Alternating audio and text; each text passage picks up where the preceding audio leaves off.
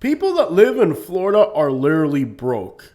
Look at this. I went Uber driving today for 4 hours, 9 trips, and I only got a $1 tip. This is Highway 64 in Bradenton, Florida, which is usually bumper to bumper in both directions during this time of day. You can see literally nobody on the roads. Lately, I've been focusing on high dollar areas, and these are the types of people that are simply uneventful. They tip good, they have good conversation, and they don't make for an entertaining YouTube video. But today things were a little different because today I Uber drove in the areas that I usually avoid. One, because the passengers suck, and two, because they don't tip. So I've even got to the point where Uber driving where I don't use up my cancellations. I only do cancellations when I feel that the passenger really sucks, and I'm only using my cancellations to just avoid bad people. So I'm at the point right now with Uber driving where I got this figured out, and I don't really get that many bad passengers. When I first started Uber driving, it was a complete crapshoot, but now I'm at the point where I understand the areas to avoid, the passengers that are going to be problematic, and I figured out a way of not dealing with these areas and individuals that are usually problematic. But on today's video, I work the areas that I usually avoid because, like I said, with the red tide along the coast, I couldn't risk getting sick. So this lady right here was just going to work. I picked her up in a new development in Samoset. Now Samoset is in the heart of Bradenton. It's kind of a poor area, but they're starting to build new communities here. It's still a poor part of the city, and she was just getting a ride to work. So she didn't tip me. It was a very short ride. Most day commuters do not tip. So this was one of those rides of the many today that didn't offer a tip at all. Can you sit on that side, please, ma'am? Thank you so much. If there's one thing I've learned while Uber driving is that the person has to sit on the other side where I can see them. Sitting behind the driver is not allowed, period. It's too dangerous. I make the rules. You cannot sit behind me. You got to be where I can see you. If the person does anything out of line or any small little thing, instantly, hey, what, you want to walk? What's wrong? Because if you let people, you give people an inch, they'll take a mile. That's usually how it goes. So it's become safer and better for me to Uber drive, which has led to less incidents because I've learned how to handle people better. And this has really made my Uber driving lately like very uneventful because I don't put myself in situations anymore and I don't tolerate behaviors anymore. The second something seems out of line, I handle it. I've got to the point where with Uber driving where even if I perceive that somebody's going to be a problem, I'll cancel the ride and it'll be on me. So I don't use my cancellations for anything other than to bail me out of bad situations. For example, a few nights ago I was driving. When I pull up, it's 4 young kids in a bad neighborhood. They were not going to get into the car. You don't put 4 young kids at night in your car in a bad neighborhood. So I use my cancellation for that. Not for my leisure. I use them for my safety. Alright, so that was just a regular ride. I picked her up at a Publix and I dropped her off at home. It was just a worker. So I picked up a young Spanish kid. He was just going to work. Now, he was Cuban like me. He came from Cuba at the same age as me. We had a good conversation. But again, he's going from an apartment to what might have been his work. So not everybody can tip. And it's really understandable. So that's the thing with day commuters is it's got to be rough to have to pay an Uber to drive you to work every day. Alright guys, we're in Palmetto here. We're about to pick somebody up. An apartment complex. It looks pretty crappy. There's people over here. You guys got an Uber? What's the name? It was a guy's name, but a girl hops in the car, and the guy who ordered the Uber is on the phone. It's not even the people that are here, so this is already starting to look super suspicious. Now I got a girl that hops in the car that looks like a minor. Hello. Can you please sit on the other side? Oh, yeah. Thank you.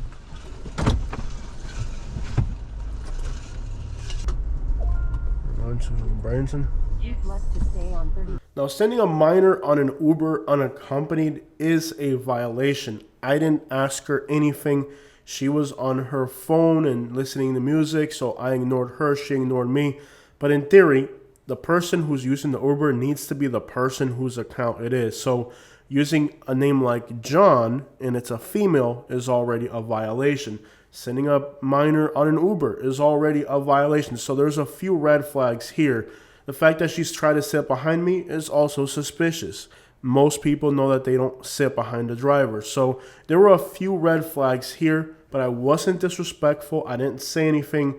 Simply, I just hoped for the best on this one. Unless the passenger does something that is clearly malignant, you just don't engage or bother them. Now, the apartment complex where I dropped her off in Bradenton is one of the hottest places in the city to a bad apartment complex in Bradenton. There's red flags played on her phone the whole time. Just don't raise red flags. Because you're already going from a bad place to a bad place. That's already a red flag. You're using somebody's account who isn't the person that's getting in. That's already a red flag. Very little engagement with the driver. That's already a red flag because most people at least say hello. When somebody sits there and tries to sit behind you and make no eye contact, no communication, those people are 60 to 80% of the time doing something they're not supposed to because most people at least say hi. I'm at the point where if I say hello to somebody and they don't say hello back to me, I kick them out. And I tell them, if you don't engage me, at least say hello, you're getting out. Those are my rules. It's my car. If you don't like it, you don't have to ride. But anyways, this is the operation here that had all types of red flags. Do I know if the person was doing something wrong or not? Could have totally been a legitimate passenger. Do I have the right to engage them about it if they don't do anything wrong? No. So here's the thing about people that are engaging in illicit activities. Bradenton and Palmetto, East Bradenton, West Bradenton and Palmetto. Don't raise red flags. If you just get in an Uber and don't do anything stupid, there's no reason for the Uber driver to flip out on you. Like this one right here. I really felt there was 10 red flags about this ride. But guess what? There was nothing about this ride that I could say you have to get out without me being the problem. Our next passenger was a really sweet, nice lady. She did need help with her walker. She was just the nicest and sweetest person ever. All right, so I drop her off and I get my next passenger. Now, this was a day where it was one passenger after the other. There was no break between passengers. There was no wait time throughout the whole day. It was passenger, passenger, passenger, passenger. And great news. I think I drove for like 2 hours twice without having to stop for my back, which is the most I've been able to drive continually in a very long time. So my back, it's not happening instantly. It's not happening like at a crazy rate, but I am starting to see improvements with my back. You know how like in the Dave Chappelle movie, you got the guy on the couch? Well, here in Bradenton, we got the guy on the sidewalk. This guy, every single day around rush hour, falls asleep right here on the sidewalk. But if you find yourself in Bradenton, Florida, that's the guy on the sidewalk. He sleeps there every single day during rush hour. People that are homeless have a really hard time even finding a place to sleep that's safe. So during the congested part of the day, perhaps it's a time where he can sleep in safety. All right, guys, this is US 41, aka Tamiami Trail, the Trail of Misery. Homeless people here in Bradenton everywhere. Almost all these people are homeless. You can see this girl, she's a very young female, not wearing a lot of clothes on the street. She's probably, you know how that goes. It's so sad. Driving through Bradenton, you'll see some of the most heartbreaking things. Possibly hundreds of homeless people just congregate in this part of the city. There's a few soup kitchens. This is Salvation Army there. You can see there's homeless people everywhere. And there's probably 40 or 50 homeless people around the back of this building. So just about everybody you see walking around here is homeless. This is a really bad area. All these people that are out and about live on the streets. And the person that we're picking up next just became homeless. So our passenger became homeless. I'm not going to get into too many details about this passenger situation because I do like to respect people's privacy. I already knew, possibly because of where I was picking this person up, that they could have been homeless. I eventually asked them the question and they kind of beat around the bush, but they eventually got around to kind of explaining to me the situation. And almost every single day when you Uber drive, you can run into somebody who's homeless in these areas. Homeless people use Ubers all the time, and homeless people do have a little bit of money. They might get a disability or an SSI. There's 1,000 ways people get money. But this area here, you can see there's probably 40 or 50 people there. If you pay a close attention, there was people that even had children that are homeless. So this is a serious situation in Bradenton. Now, the person that I picked up here was at a motel, and it almost felt like they were being evicted from this motel. Their stuff was in a garbage bag. and the person was kind of like throwing the stuff out, but I gave him one hard look, and he really quickly changed his disrespectful attitude because he was treating this person like he was taking out the garbage. Could you imagine the crushing feeling of being thrown out of a hotel room, almost like if you were garbage? Well, that's exactly what was going on here. This person, to me, felt like they were just getting tossed out. I knew they were homeless before they told me, so I decided to do something really nice to brighten her day. So back over here where the homeless people were lined up, I parked my vehicle and I made a small gift. But when I picked up my passenger, I saw the way the person was treating the passenger and I didn't like it. And I wanted my passenger to know that I care about homeless people. So I decided to, before even starting the ride, just get out of the car, help a homeless person real quick with something small in front of her to let her know that I do care about homeless people and that you do matter. She was really touched by this little detail, and she told me that I completely changed her day. So me and her went on to have a very fun and meaningful conversation. Now, at some point during the video, the camera turns off. The battery got full or the memory died or something. But further ahead, we went through downtown Sarasota and there was like hundreds of people protesting. I find opportunities to make a difference in somebody's day. I learned how to deal with people, see right through people's crap. You meet people that are finessing, scamming, trying to pull all types of fraud. It makes you sharp, smart, gives you a lot of street smarts.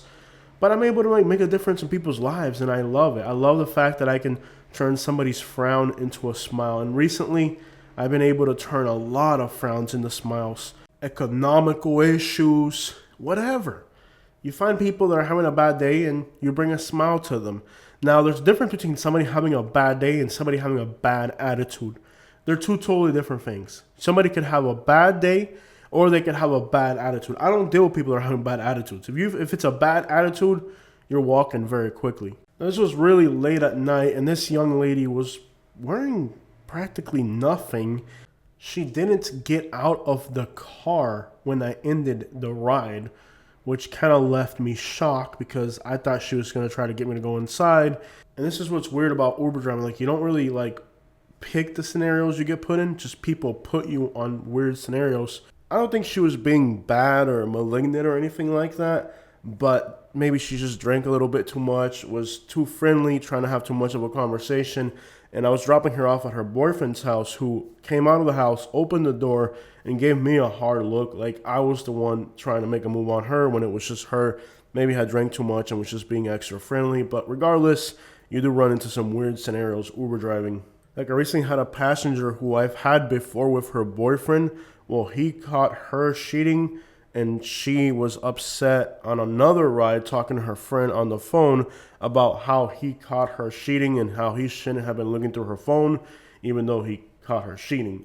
And she was on the phone for like half an hour with her best friend talking about every detail about their relationship. So you do get passengers that really put you in some weird spots. I've even seen passengers where it's like a married guy, but his wife lets him go on a date with another woman. So there's all types of weird crap going on out there. And they think that all these behaviors are normal for them, so they don't mind like putting all that in the backseat of your car when you're not interested in none of it. The one person who gave me a $1 tip was a young girl who worked in the medical field, and she was telling me some hilarious stories about how the old guys hit on her. So I guess in the medical field, a lot of the people there have to deal with a lot of disrespect from their clients, the patients.